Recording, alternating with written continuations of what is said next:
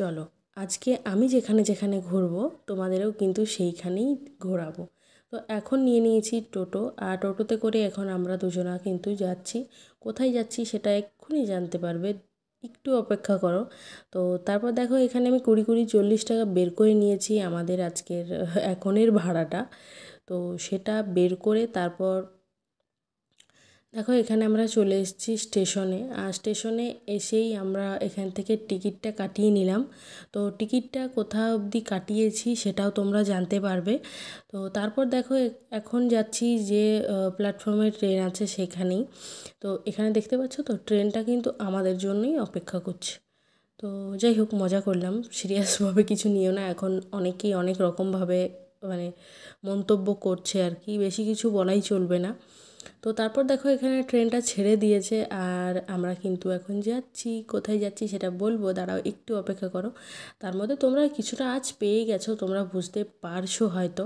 আর একটা কথা, আমার আগের ভিডিওগুলোতে মানে আমি এখন যে ঘুরতে যাচ্ছি যে জায়গাটাতে, এই ভিডিও কিন্তু অলরেডি আমার চ্যানেলে আপলোড আছে। তো শুধুমাত্র আমার মানে কপিরাইট পেয়ে গেছি বলেই আমি কিন্তু ওটা আবার দ্বিতীয়বার আপলোড দেব। তো যাই হোক, এখন আমরা কোথায় পৌঁছেছি তোমরা দেখবে। এই যে দেখো এখন আমরা পৌঁছে গেছি মেদিনীপুরে। তো মেদিনীপুরে পৌঁছে গেছি, এবার একটু কিছু খাওয়া দাওয়া করব, কারণ সেরকমভাবে কিছু তো খাওয়া দাওয়া হয়নি। সেরকমভাবে কেন বলছি, কিছুই খাওয়া দাওয়া হয়নি সকাল থেকে। তো ওই জন্য একটু খাবো। আর রোদটাও বুঝতে পারছো প্রচণ্ড, এইটা তো গ্রীষ্মকালে ভ্লগ। যাই হোক, এখন শীত পড়ে গেছে। তো গ্রীষ্মকালের বুঝতেই পারছো আখের রস ছাড়া একদম সব কিছু মিথ্যে যেটাকে বলে। তো একটু খেয়ে নিলাম, দুজনা এক গ্লাসেই খাবো, আর বেশি দরকার নেই।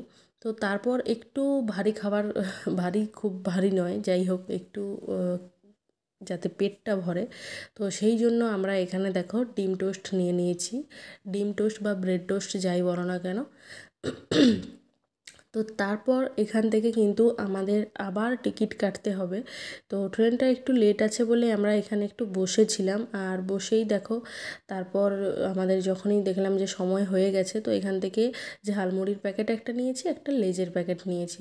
তো তারপর একটা জিনিস দেখাবো, এই দেখো এখানে আমরা খড়গপুর যাচ্ছি মেদিনীপুর থেকে।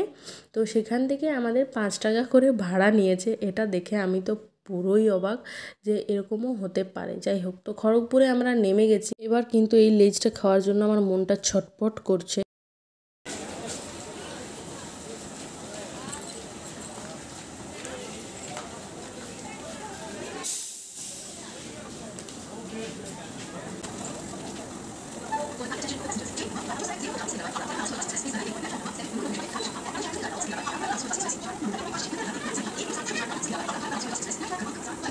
স্টেশনটা ছেড়ে আমরা একটু বাইরে বেরিয়েছি খাওয়া দাওয়ার জন্য, দুপুরের খাবার খাওয়ার জন্য। আর আমাদের গ্রামেরই এক দাদা দিদি আমাদের সাথে এখানে জয়েন হয়েছে।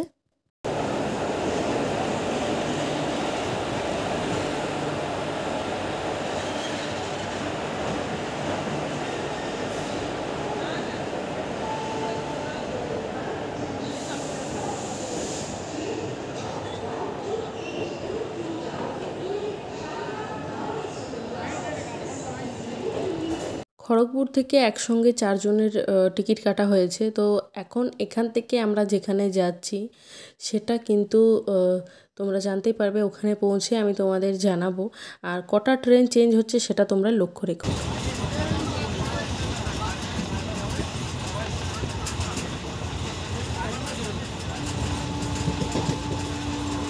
এখন আমরা নেমে গেছি পাঁশকুড়াতে। পাঁশকুড়া থেকে আমরা আবার ট্রেনে চেপে গেছি, আর আমাদের ডেস্টিনেশনে আমরা কিন্তু পৌঁছে গেছি।